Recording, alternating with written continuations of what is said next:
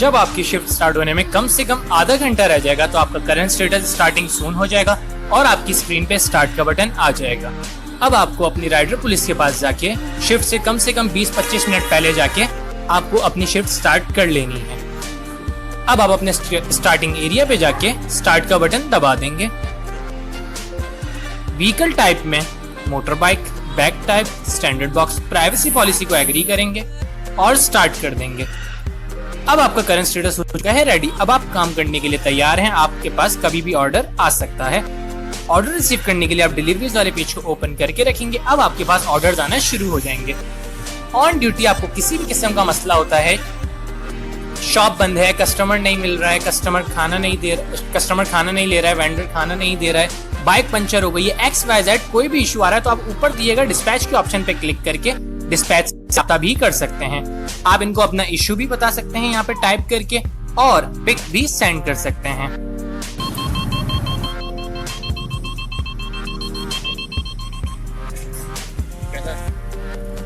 अब आपके पास pickup details आ चुकी हैं। ऊपर स्क्रीन पे आपके पास रेस्टोरेंट की डिटेल्स आ रही हैं जहां से आपको जाके ऑर्डर पिक करना है। सबसे पहले आप एड्रेस को पढ़ेंगे। अगर आपको पढ़ के समझ आ जाता है तो ठीक है, नहीं तो आप एड्रेस पे क्लिक कर देंगे तो ऑटोमेटिक इसमें आपके पास मैप खुल जाएगा। मैप खुलते ही आपके पास दो मार्क्स शो होंगे, एक होगा ब्लू मार्क, एक होगा रेड मार्क। ब्लू मार्क उस जगह को शो करेगा जहां आप बैठे हुए हैं और रेड मार्क उस जगह को शो करेगा जहां आपको जाना है। तो आप इजीली मैप के थ्रू वहां तक पहुंच के ऑर्डर पिक कर सकते हैं।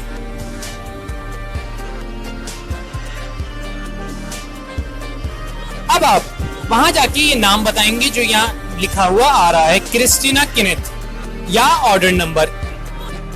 आप इन दोनों में से कुछ भी उस रेस्टोरेंट जाके बता सकते हैं, ये आपको ऑर्डर दे देंगे। अगर आप ऑर्डर को वेरीफाई करना चाह रहे हैं कि जो आपने पिक किया है वो गलत तो नहीं या कुछ उसमें मिसिंग तो नहीं, आप दिए गए नाम पे क्लिक कर देंगे।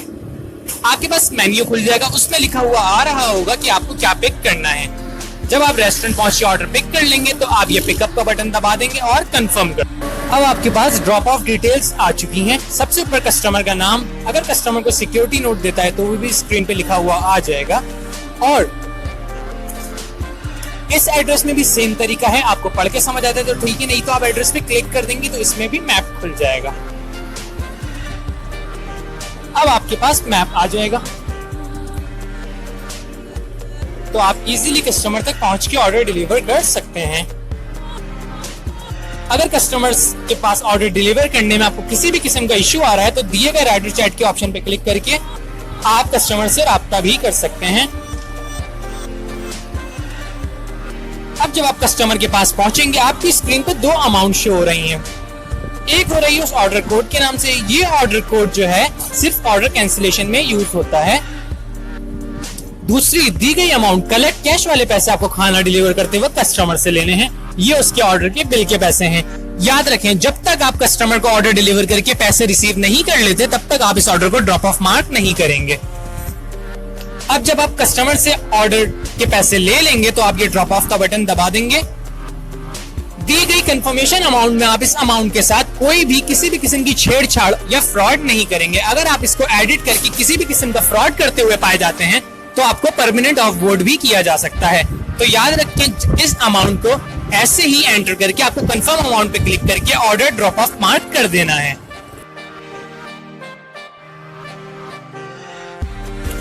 नीचे दिए गए हिस्ट्री के ऑप्शन पे क्लिक करके आप चेक कर सकते हैं कि आपने कितने ऑर्डर आज डिलीवर कर लिए हैं। इस तरह हिस्ट्री में स्टेप बाय स्टेप्स ऑर्डर आ रहे होते हैं, तो आप वेरीफाई भी कर सकते हैं कि आपने कब कौन सा ऑर्डर डिलीवर किया था। वॉलेट के ऑप्शन पे क्लिक करके आप वो अमाउंट कंफर्म कर सकते हैं जो आपने अपनी शिफ्ट में कलेक्ट की थी। At the end of the shift ये अमाउंट आपको फूड पांडा को जैस कैश या कनेक्ट के थ्रू जमा करानी होती है। अगर आप अपनी शिफ्ट की अमाउंट जमा कराने में लेट हो जाते हैं तो आपको सस्पेंड भी किया जा सकता है।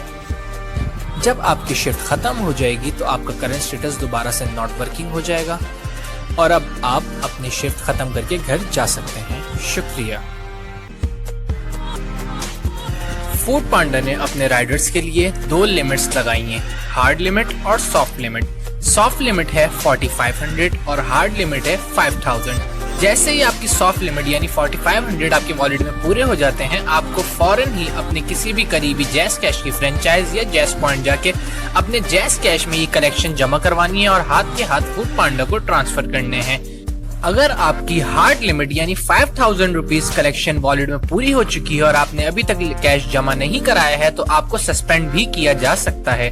तो इसीलिए किसी भी सस्पेंशन से बचने के लिए अपनी कैश कलेक्शन को अपनी टाइम से पहले ही जमा करा दें। अगर आपकी 2 बैक टू बैक शिफ्ट्स हैं तो पहले शिफ्ट की कलेक्शन शिफ्ट खत्म होते ही फौरन से जमा करा दें, नहीं तो आपकी दूसरी शिफ्ट स्टार्ट नहीं होगी।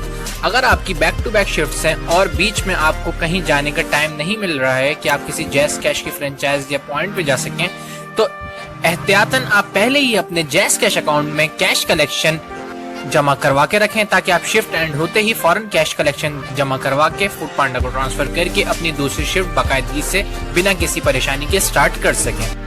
अगर आपने अपनी कैश कलेक्शन महीने में 2 बार शिफ्ट खत्म होने के 12 घंटे बाद जमा करवाई है, तो आपको परमानेंट ऑफ बोर्ड भी किया जा सकता है।